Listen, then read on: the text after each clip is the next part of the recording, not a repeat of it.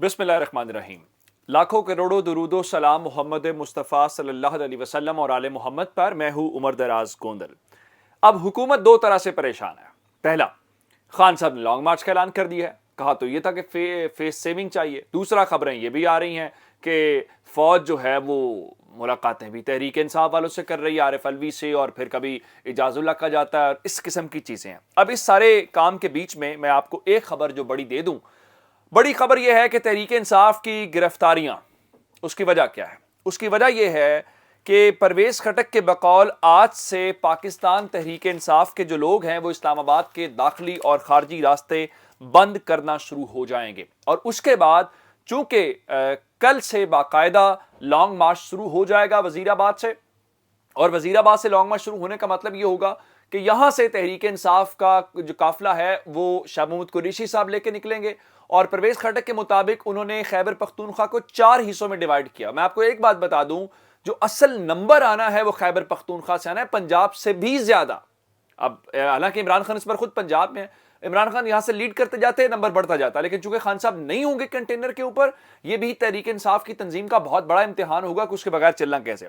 खैबर पख्तूनख्वा के अंदर 4 उन्होंने रीजन्स के अंदर तकसीम कर दिया है खैबर पख्तूनख्वा में, जहां पे परवेज खटक जो है वो लीड करेंगे, अली अमीन गंडापुर होंगे, मुराद सईद होंगे। इस तरह से उन्होंने मुख्तलिफ इलाकों के अंदर, और हर शाम 4:30 बजे खान साहब जो हैं वो इस हवाले से लॉन्ग मार्च से खिताब किया करेंगे। जारी बात है वो वीडियो लिंक के ऊपर खिताब होगा।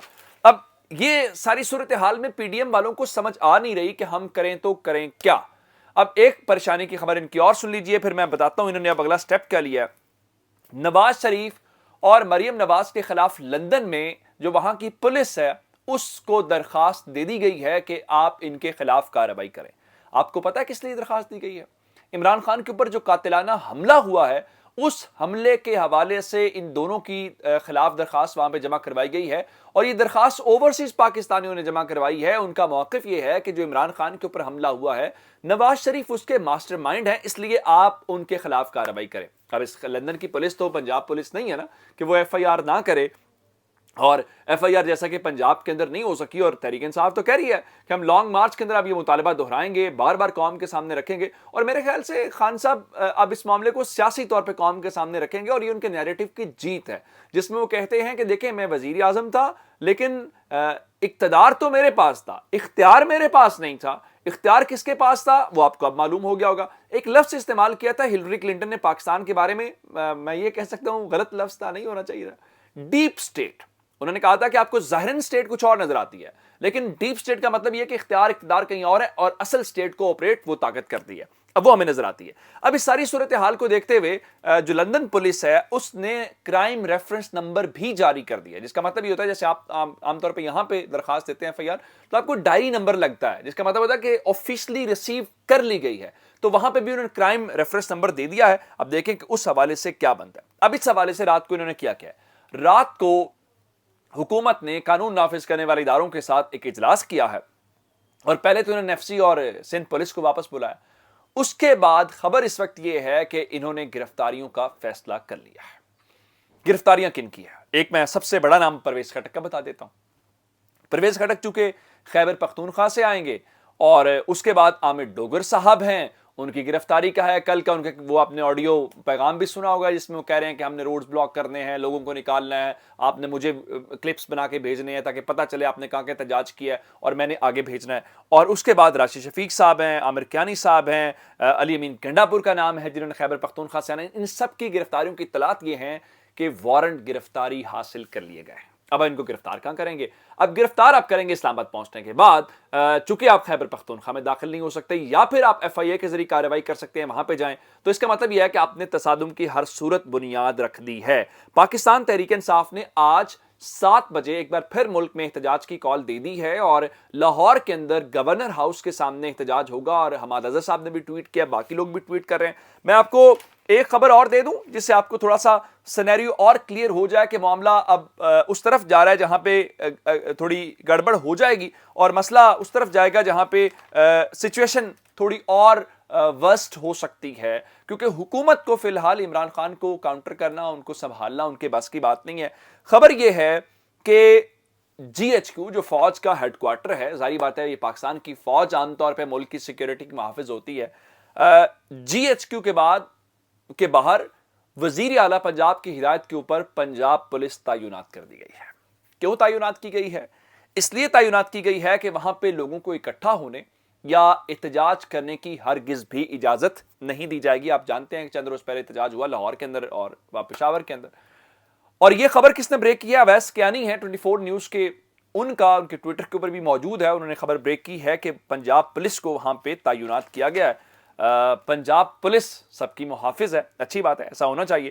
تو آرمی چیف کی چونکہ بات ہو رہی ہے، اور میں آپ کو بتا چکا ہوں کہ حکومت بھی بے بس ہے، صرف تحریک انصاف پنجاب کے اندر بے بس نہیں ہے، حکومت چاہتے ہوئے بھی سمری نہیں منگوا پا رہی اس وقت تک۔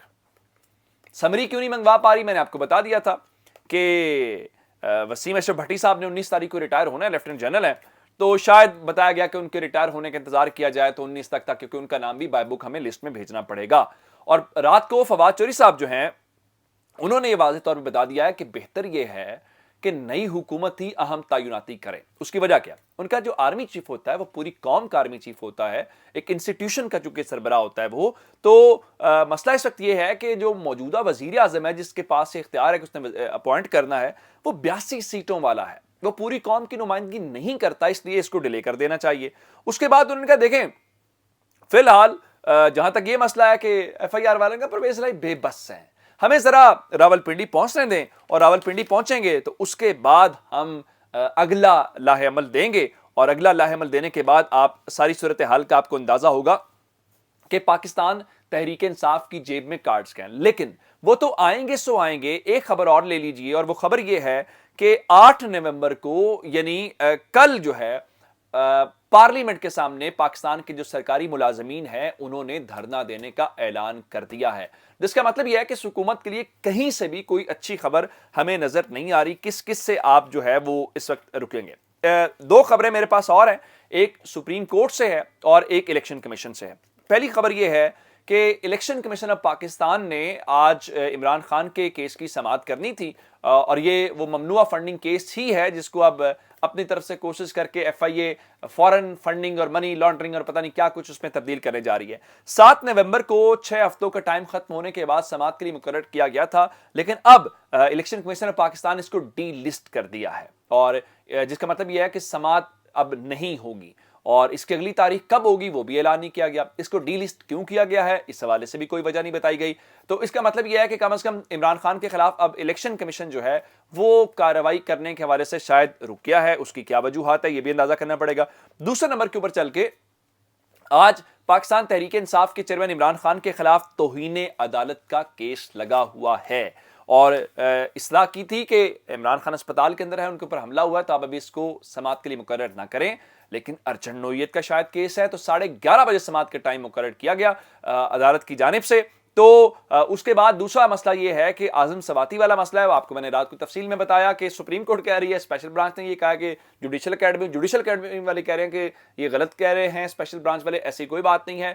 اعظم سواتی کے معاملے کے اوپر کوئی نوٹس کوئی کچھ نہیں ہے، عمران خان پاکستان کی بڑی پارٹی سابق وزیر اعظم کے اوپر حملہ، کوئی ایف آئی آر، کوئی نوٹس نہیں ہے، لیکن آج اعظم سواتی اپنے سینیٹرز کے ساتھ سپریم کورٹ کے باہر احتجاج کرنے کی اطلاعات ہے، دھرنا دیں گے، اس کے اوپر بھی کوئی مسئلہ نہیں ہے، لیکن گرفتاریاں ہوں گی، عوامی نمائندے گرفتار کیے جائیں گے، پیسفل پروٹیسٹ نہیں کرنے دیا جائے گا، اس کے اوپر بھی سپریم کورٹ کو کوئی نہیں، لیکن عمران خان کے خلاف توہین عدالت ضرور لگانی ہے اور عمران خان کو قابو کرنا ہے، تو چلیں یہ بھی کر کے دیکھ لیں۔ اپنا بہت سارا خیال رکھیے گا، خدا حافظ۔